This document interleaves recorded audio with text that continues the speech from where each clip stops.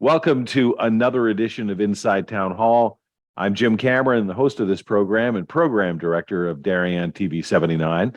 And Inside Town Hall, as you, our faithful viewers, know, is a program where we interview folks that help run Darien town government.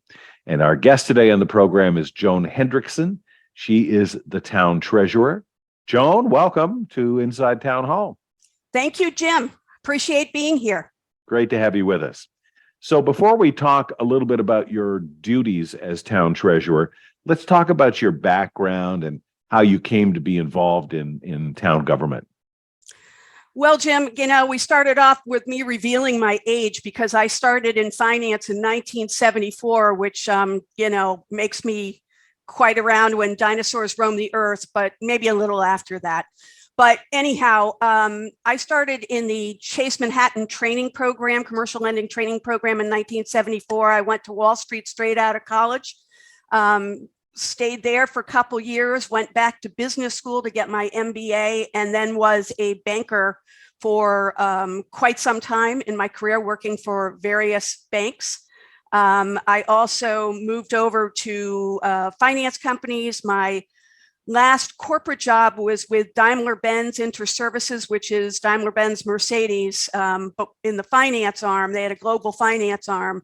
And I was director of strategy for the United States. I also did global, I was in charge of several areas for global credit. Basically, people had to come to me to get their deals approved. And now I no longer have this thrill, but it used to be that my signature was worth something. So it was worth about $10 million at one point, and I'm not that lucky anymore that my signature means that much. So, but that was a moment of glory for me. Okay. And how did you, or when did you come to Darien? I've been living in Darien 37 years. I came here when my husband's and I got married. We decided that we could both, we were a working couple, and we both could work in the New York metro area. I was in Boston at the time, and we both decided to be here. And we moved to my husband's hometown, which is Darien, Connecticut, and we've been here ever since. I became treasurer in 2005, so I've been in office for 18 years. I don't know if you want to go into that or what you would like to do about that. Well, yeah, I want to mention that in a second, but we should give acknowledgement to your husband, Paul Hendrickson, right, who currently serves on the Board of Finance and previously was on the Board of Selectmen too, right? He's on his second tour with the Board of Finance. He started, my son is 32, and he started when he was in kindergarten or first grade on the Board of Finance. Then he got off for a while to be a selectman, and then he went back on the Board of Finance. He really liked the work of the Board of Finance a little better than the work of selectmen. They have very different types of work, and he likes numbers work. So, and he specializes, or at least reports, a lot on pension issues too. Is that right? He does. He worked for the IBM pension fund for several years. So he does have a background in that. But what he's doing now is he's the CFO of a school system for the last 12 years. So he does a lot of the work on the education budget for the Board of Finance. He has those 1,000-line spreadsheets that he knows exactly where everything is. So they use him as a bit of an expert on that. And we're, I've obviously biased on this, but I think we're very lucky to have him on the Board of Finance. You mentioned that you've been town treasurer for 18 years. Now, this is an elected position, right? It is. It is a part-time elected position. Again, gosh, Jim, you're going to catch me on my numbers, and then I'm going to be in trouble. But I'm trying to think, this will be my 10th term, I think, that I am running for in November. And I also served 12 years on the RTM. So I have been in Darien town politics for quite some time. And I find that it's very helpful because I understand something more than my job. I understand, the town in general and what our goals are as a town. And when you ran as a Republican, I assume? I did run as a Republican, and I am still running as a Republican. So hopefully that won't turn people off, but again, I'm for very much an old line Connecticut, what I call a Connecticut Republican, which is for fiscal responsibility. And I would describe myself as a moderate. And have you run with opposition in the past? Have the Democrats nominated candidates to run against you? Yeah, actually, I ran in a primary to get the job from the existing treasurer who, I felt hadn't managed the way that I thought the money should be managed. And actually, if truth be told, this is a family secret, but my husband really pushed me into that job. He said, come on, Joan, you can do this. And why don't you do this? And you'd be so much better at this. And oh God, I listened to him. Anyhow, that's how it started. I ran in a primary. I won by a very small majority of votes. I did have the endorsement of the party. And then that same year, I ran against a Democrat and who actually was a friend of mine and moved to Darien because he was friends with Paul and I. So, I don't take any of this very personally. It's just belief difference. Now, you mentioned this is a part-time job, town treasurer. Is it compensated? Yes, it is. My salary is public information for anybody who wants it. I'm glad to know I started off at $15,000 a year, and now I'm up to $29,000 a year. So again, I'm not sharing a secret. It's all public. And again, I think they're getting value for their tax dollars with me. Joan Hendrickson, our guest here on Inside Town Hall. She is Darien's town treasurer for the past 18 years.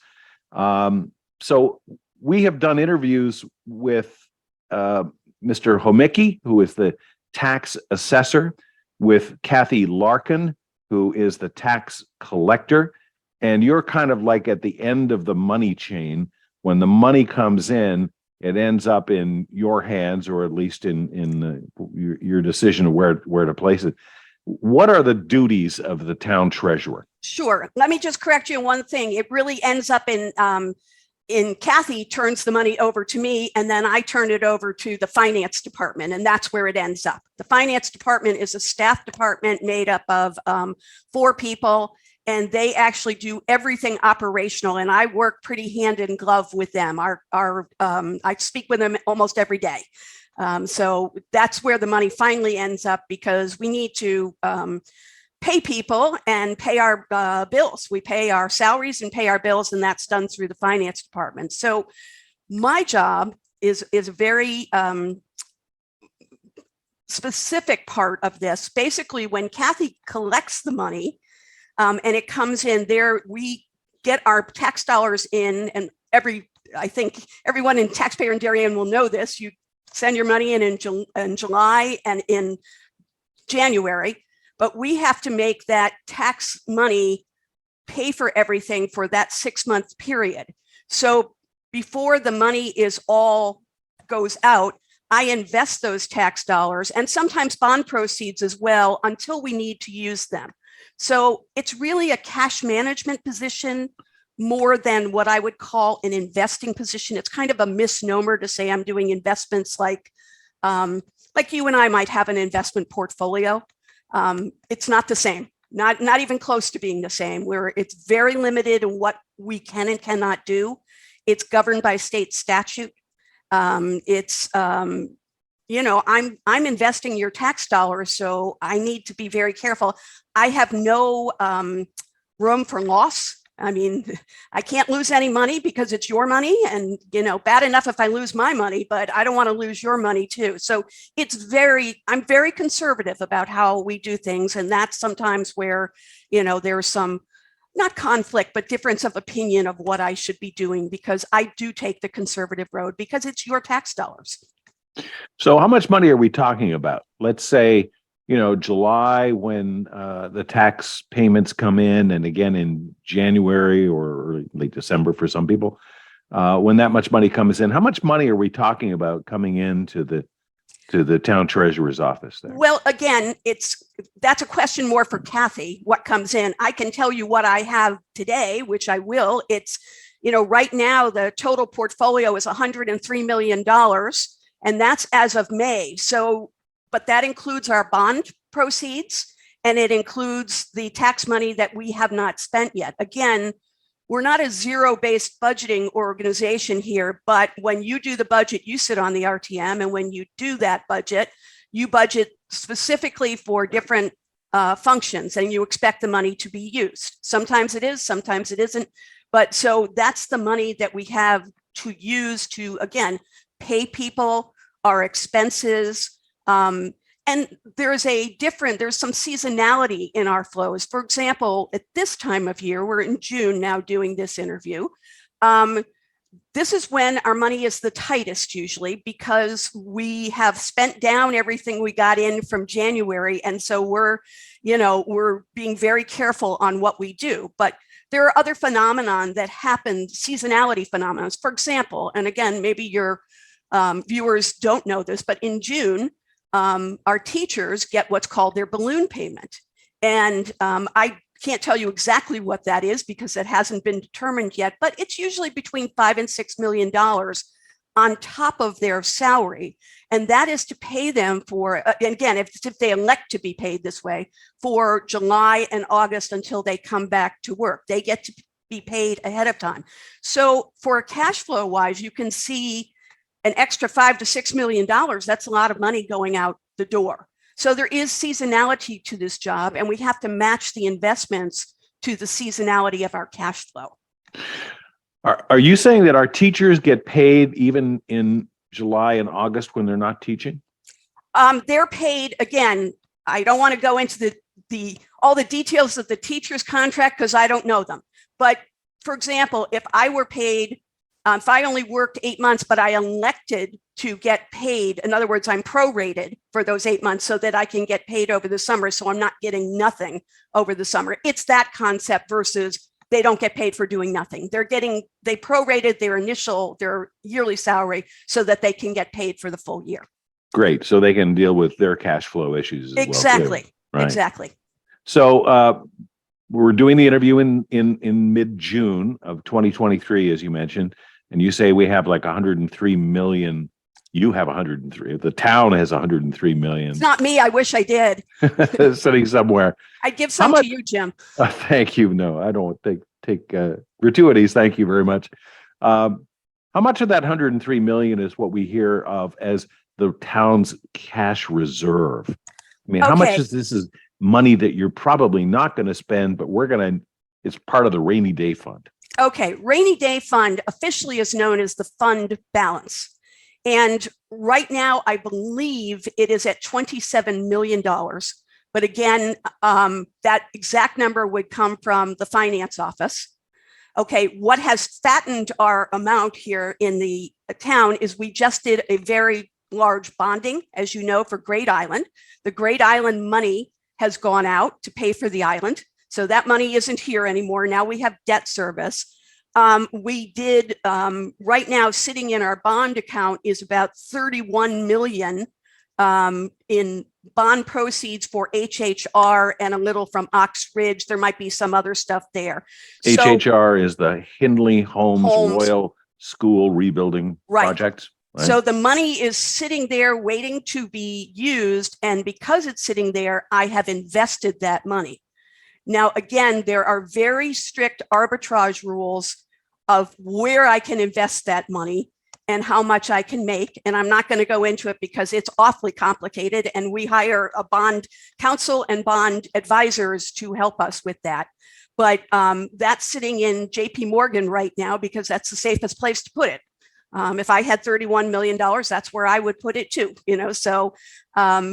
so when you winnow this down, it's a lot less than you think it is because it's proceeds from extraordinary items like bonds. And the money that you're investing, is that FDIC insured? No, not completely. And I want to go into that a little bit because, again, that's kind of a misunderstanding with the town. I'm like you in that the first $250,000 can be FDIC insured. What happens with when I put money in the bank, the state banking commission requires all banks taking municipal deposits to collateralize those municipal deposits. And they decide the amount of collateralization that's needed in addition to the $250,000. So And what do you mean by collateralized? they have to put up either a letter of credit or reserves against those municipal deposits. And they send, it's called as, what they send to the state is called a certificate of public depository, which they send to the state banking commission and me. And it was interesting, Jim, just how differently different towns run. One of my bankers told me the other day that I'm the only town he has where I actually ask them for that certificate because I go through it and I want to read it. I'll give you an example. We mentioned JP Morgan a while ago. Back when the last recession happened, they were at 110% collateral. Now they are at 10% collateral against their municipal deposits. So when I'm figuring out where to invest, particularly with banks, I do what I call risk rating them. In other words, some banks are very strong, but not everything can be insured. When I do a small bank where I might be able to get quite a high rate, then I make sure that I am, like, for example, I have a couple very small banks. They are totally collateralized, insured and collateralized. My larger banks, that's not possible. And someone might say, well, Joan, why don't you do, all of it, collateralized and insured? Well, there aren't enough banks in Connecticut that qualify for where I can put money to do that. So a lot of the money has to be uninsured. There's just too much money to do that. And that's why it's important to risk rate these things and measure accordingly how much money each bank can take.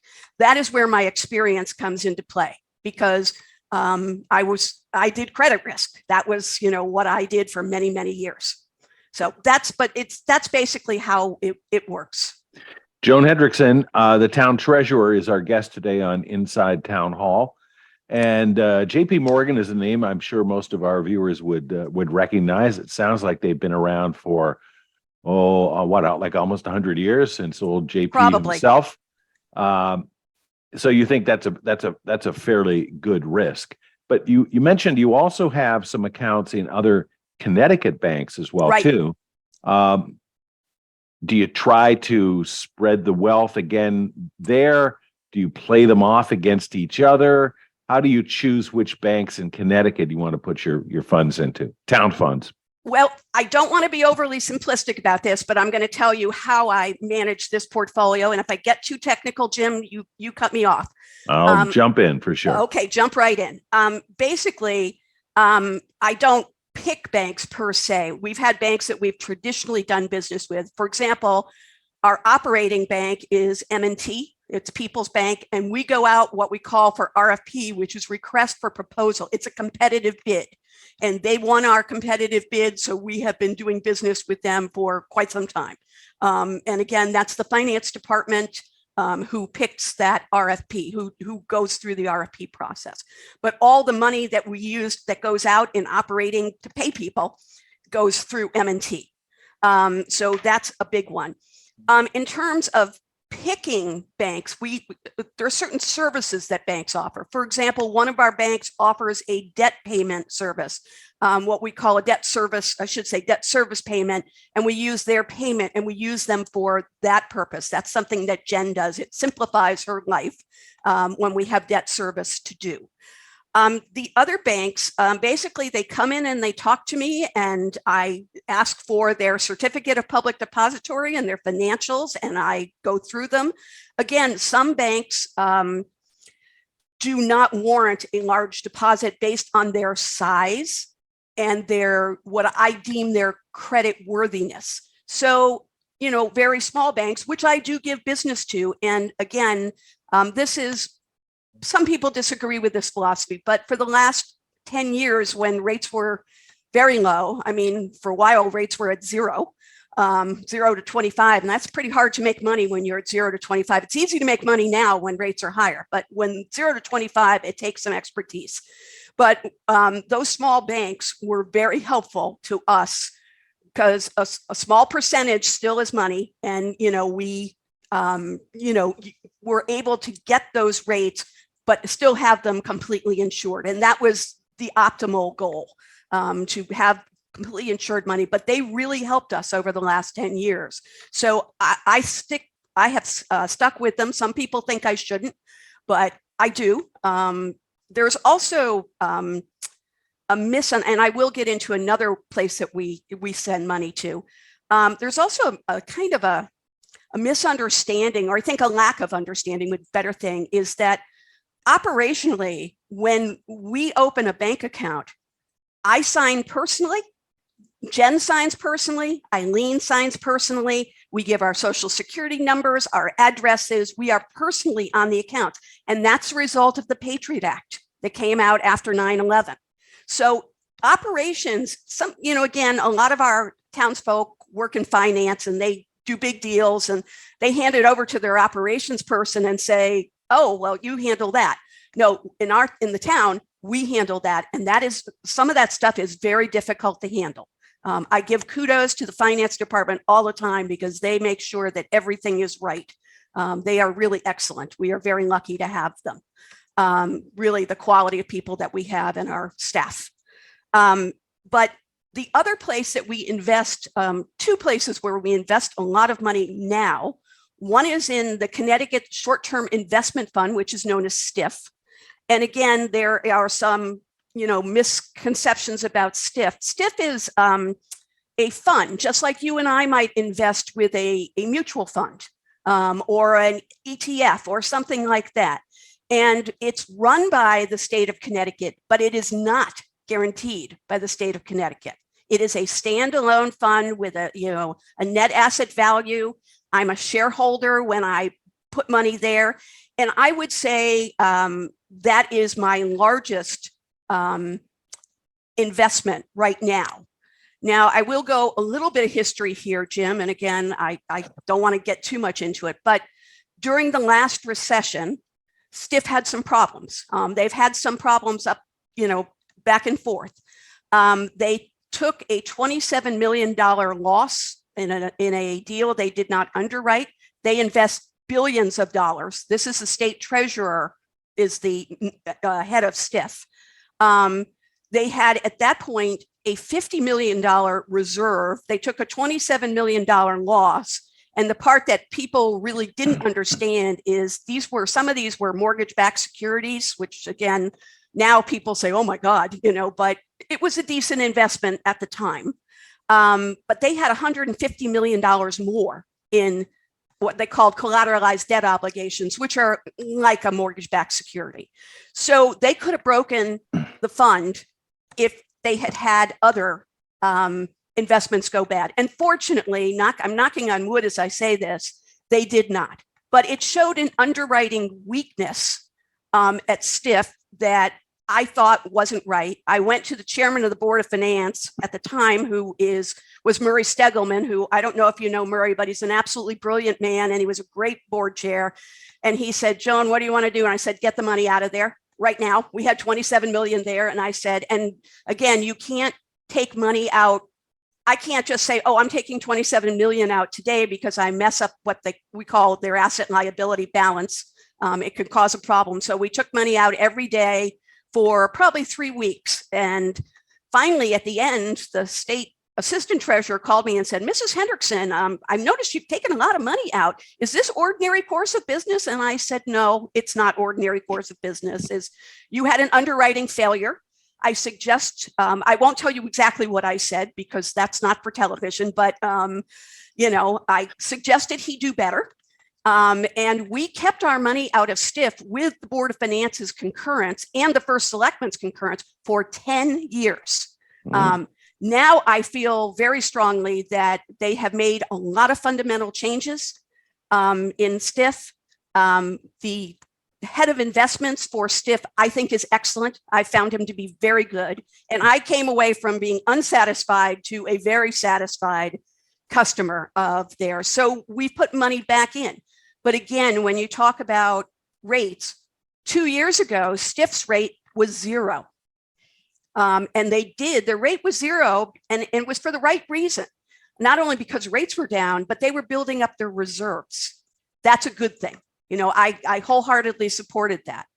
But now today, STIF, I think, is at 5.13.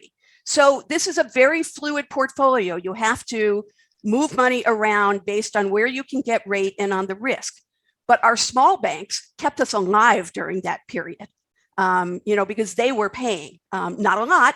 If you go back, I have a historic earnings chart for our general fund since 1987, and you can see those were tough years because rates were so low. But we made money on our tax dollars, and it was safe money, which is what's key. But today we have it's our largest investment. The newest thing we've done is by statute, and I'll give you the statute, it's statute 7400 of the Connecticut General Statutes, which says what we can invest in. And those things are very narrow. STIF is allowed to invest in things that I'm not allowed to invest in, which makes it very helpful. They can do things like, they'll call it rolling repo forwards. Well, I can't do that, but they can. So I can piggyback on their ability to do commercial paper, rolling repo forwards, bankers acceptances. I can't do any of that, but they can, and they can get a benefit in rate. So I piggyback off of them for that purpose. But that's when you have to move money from place to place, again, with risk involved, trying to figure out what the appropriate risk is. But what the statute also said was that we could do treasury bills, and treasury bills. U.S. Treasury bills. Excuse me? U.S. Treasury bills? U.S. Treasury bills. Uncle for Sam. Full faith and credit of the United States government. For what that's worth, I think it's worth a lot, but, during the debt ceiling crisis, I wasn't so sure. But basically, those are time deposits loaned to the government. And again, they are run on a rate sheet. Right now, we're in a period, again, for what I call civilians, of an inverted yield curve. And that means that short-term money is worth more than long-term money. Again, that's unusual. That's usually a sign of a recession. So we've kept everything very short. And that's fine for us because, I'm only allowed to do short-term stuff. We go out as far as usually 18 months to 2 years on our investments. And that's for the fund balance that we mentioned before. We don't have to keep that super liquid.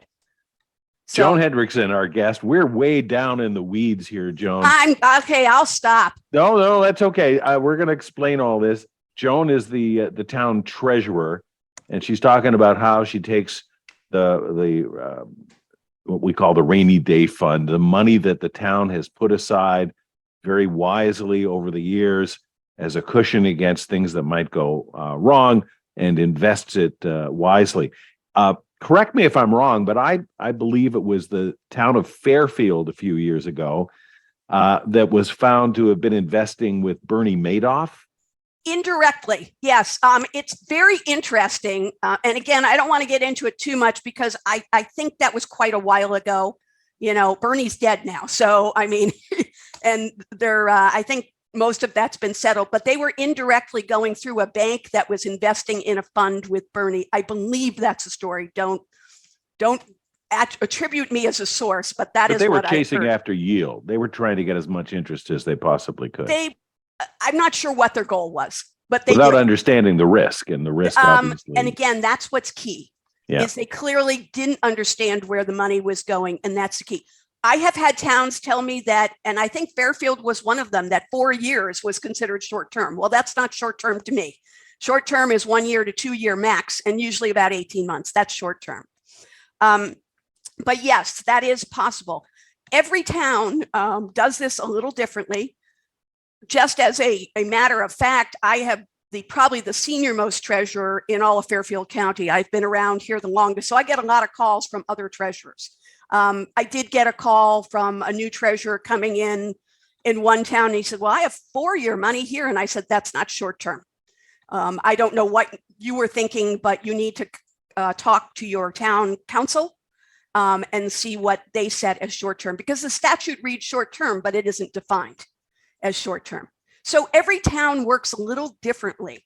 Going back to the T-bills, we weren't doing them until this year because our council wasn't comfortable with the documentation that we had.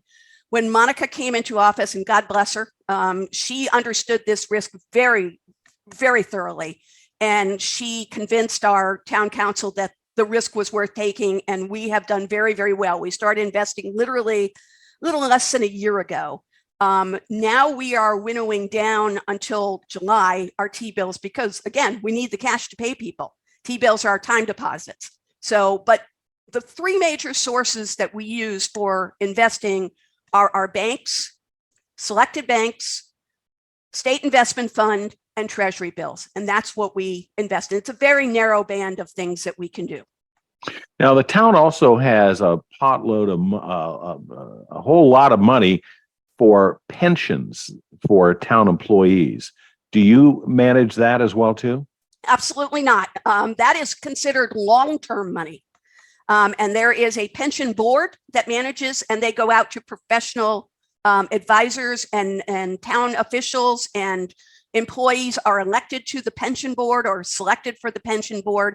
I only do very short-term money. I have a niche of things that I do. Pension money is long-term by its very definition. And how much money did the town earn in interest last year? I think you shared that number with the Board of Selectmen at a quarterly report, did you not? I do. I share a quarterly report quarterly with the Board of Selectmen. I copy the Board of Finance, but I do what's called a portfolio report every month. I don't publicly disseminate it because I have to redact it because it's got account numbers on it, and we're very careful about fraud and making sure those numbers get out. But I think last year was about 125,000. I don't remember. This year we have made through May 1.56 million. So what a difference a year makes, right? And that is largely due to rates and the addition of the T-bills. $1.56 million through May. Interest that is not year end. That is not year end. And being a town government, we don't have to pay taxes on that, right?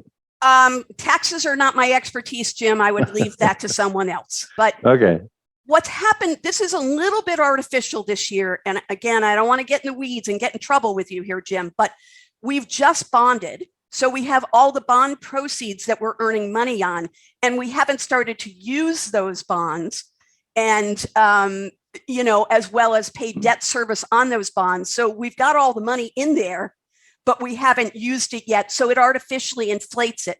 To give you an idea of what that inflation would be, we had about 62,000 earnings in May on the bond proceeds.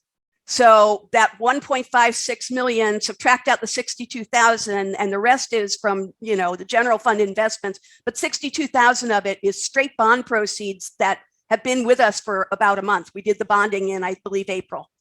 Are we making more interest on the money that we issued or we collected in bond issues than we are paying as debt service or interest on the debt service? That's a given. If we can't pay it back, Jim, we can't borrow it, and that's what the rating agencies tell us. We're rated a AAA. And the reason we're rated a AAA is because we can do just what you said. What I think you might be asking, if I can reinterpret your question, please, is the bond market and the investment market are two separate markets.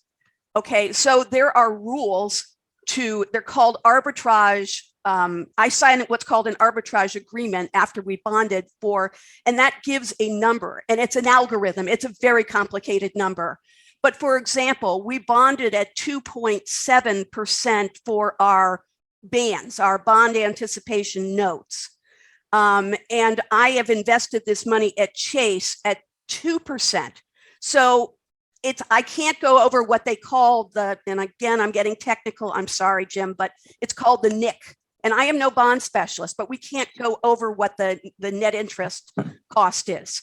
I see. So we can't be earning more money than we're paying out in terms of bond interest. We can't take the bond money and turn around and invest it for more than we paid for it. That's a no-no. Right. That will get us in big trouble. The question is, how close can you go? And that's, people debate on that. Finance people debate on that all the time. I'm very comfortable where we are right now with the 2%, that we're meeting the letter and the intent of the arbitrage. Well, I hope we're giving our viewers the impression that you are firmly in command of the money of the town and investing it wisely. And you've very clearly delineated your job from those of the town tax collector and the Board of Finance and the finance office itself. What else is there about your job that you think people should understand? Well, I think what's really important for people to understand, there are a couple of things. One I think we talked about, which is when you go to the bank and get a CD, it's not the same as when I go to the bank and get a CD because mine's collateralized and yours isn't. You get the FDIC and I get the FDIC, but I've got other things which makes my rates usually a little lower than what you might get as a consumer. The second thing is really a positive note. I want people to understand how well we all work together in this town. I mean, all the staff, we work hand in glove with each other. And I view my job as ancillary. It's not, our primary goal isn't to make money either on cash management or arbitrage. It's to support our town. And I view that job that way. The finance department and I work hand in glove. And as I said, they're terrific. Most of the staff, I can't think of a staff member I can think of who isn't terrific in this town. We're very lucky with the people we have attracted to Darien, and it's a great town. So I hope we attract the best. But people here work really hard, and they're very serious about their responsibilities. The thing that I think the biggest misconception, and again, I'm trying to find the right way to say this, Jim, so you'll help me out, I'm sure. We have an awful lot of people in this town who work in finance, and they're really smart people, and they're really good at it. And I listen to all of them. Anyone who has a suggestion can call me, and I always listen to them because they might give me the next great idea that I don't know. The problem comes when they want me to do what they have suggested I should do, and not what I know I have to do. And that's when we run into a bit of a problem. But in terms of calling me, anyone can call me anytime. You can call me at home, you can call me here. I'm always happy to talk to finance people. But my joke is that no one tells Ed how to fill a pothole and no one tells Krista how to do a dog license. But I've got a zillion people telling me how to do investments because that's what people here, a lot of people here do. And they're all very good at it. But our municipal finance is a very particular specialty, and it has particular rules that most people don't know about. So that's really the issue that I have. Well, you know what they say about opinions. Everybody has one, but that doesn't mean I'm necessarily interested in yours. And this is a town full of finance people, as you say. Right. I actually am interested in their opinions. I am interested in their facts because they'll know things that I might know. Particularly like bonds are not my specialty. Other people are very good at bonds. I love learning about it because it's not what I did. So I love learning new things. Again, the problem comes when people think I absolutely have to do what they're telling me to do and absolutely should put this money there. And I politely try to tell them that's not how it works. So who do you answer to as town treasurer? That's a very good question, Jim. By statute, I answer to the voters, and people get upset with that answer, but that's the honest answer. De facto, which means in practice, I always joke that I answer to the finance department because I answer to Jen, who's Jen Charnesky, who's the finance director, because she knows the cash flow of what we need when. So I'll say, can I do a T-bill, which is a time deposit? And she'll say, no, we need the cash for this period. So don't do a T-bill, do something else that is immediate liquidity. So de facto, I don't make any decisions without consulting her. Again, I know people get upset when the idea that I'm sitting in my office, making decisions without somebody overseeing me. The other reality is when I came into this office in 2005, I switched all the actual physical moving of money by computer up to the finance department because one person sitting in an office by themselves in a part-time job should not be moving money. Okay, it's extremely rare for me to move money. And matter of fact, I think I've done it once in 18 years. But that job, that responsibility, I moved up to finance for control reasons. But you so, don't answer necessarily then to the Board of Finance no, or to the RTM Finance and Budget Committee, both of which, well, have strong one, opinions, as you say. yeah, I'm sorry to interrupt here, but one exception to that. Both of them are the budget authorities. So for the budget, I do answer to them, both of them.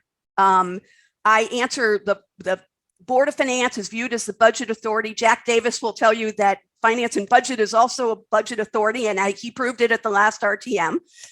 They have a say. So on the budget, I do. This year, they decided that I was going to earn more money than I thought I was going to earn. We'll see who's right. Money is a commodity. It's very hard to project what you're going to make. What's different in my job versus every other job in town hall is I'm totally revenue based. I don't really have any cost other than my salary. I don't have a budget for even my pencils. I bought my own chair because I liked it and wheeled it into town hall for myself. So I have no, other than my benefits, which again, I'm releasing my age here. I am too old really to take because Medicare provides them for me. Only my salary is the only cost that I have. And so you look at my 29,000 versus the 1.56 million I just made, it's pretty good deal for the town. But I'm only revenue, and revenue, particularly money and dealing with markets, which is what we're dealing with. They're markets, they move. Markets move every day for crazy reasons that you can't project. It's very hard to do a budget because of that. Before we wrap up and let you go, you mentioned that you're always the inverted yield curve, which yes. I still don't understand. That's okay, but I watch financial reporting and I've heard all of these predictions for months now. And again, this is June of 2023 that we're recording this. Oh, we're heading into a recession. We're heading into a recession. It hasn't happened yet, but what do you do if we do head into a recession? How does that change your investment outlook? Well, Jim, I'm a native New Englander, so I'm going to give you first the native New England answer. Those opinions are worth what you paid for them. Okay, so that's how I would consider them. I have heard all the same things. I have not seen that recession yet. There are things that are wrong. The inflation issue is huge. Again, I often say Jerome Powell does not call me to tell me he's going to raise rates. So I don't know what he's going to do. We re-strategize for every situation. In other words, I told you 2 years ago, STIF was at zero. I couldn't put money in at zero. I had to move that money elsewhere. I have to be nimble, I guess is what I'm saying, whether it's recession or not a recession. Let me explain the yield curve simply for your viewers. And again, most of them probably know, but basically, money has a time value. The longer you put money out, you usually make more. So if you lend a bank money for 5 years, you should make more than if you lend it to them for 5 months. An inverted yield curve is the exact opposite. It's like you're making more money at 5 months than you would be at 5 years. And that's usually, and again, economists, they call it a gray science for a reason.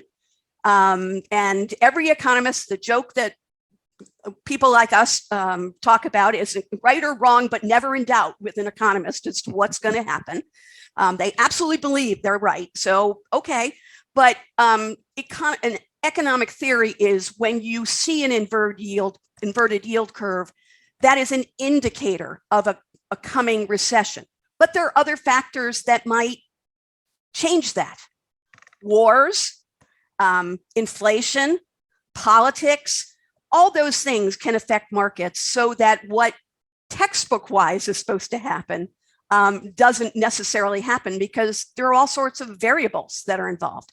And the key to my job is being nimble, is reading those variables, discussing them with lots of people and being nimble about it. I am very grateful. And again, I've said it before that I have a first selectman who was in finance because it makes my job a whole lot easier. She gets it all. I don't even have to explain it most of the time. She's ready to quiz me on something in particular. So that has been very helpful to me.